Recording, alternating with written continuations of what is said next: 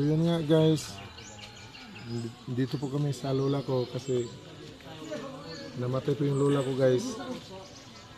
So bumisita po ko sa lola ko dito sa Agusan del Norte kasi lola ko pumanaw na nung nung kahapon pala.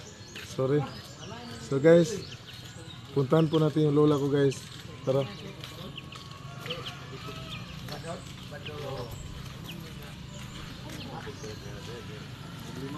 Dito po yung mga tsuhin ko guys.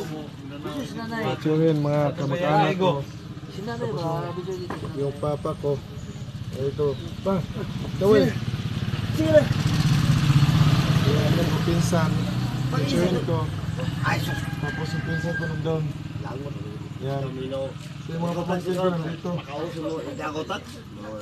Tara. Salamat kay Adol. Yabot ka. Yan. Ay pa. Undi na yung batasan.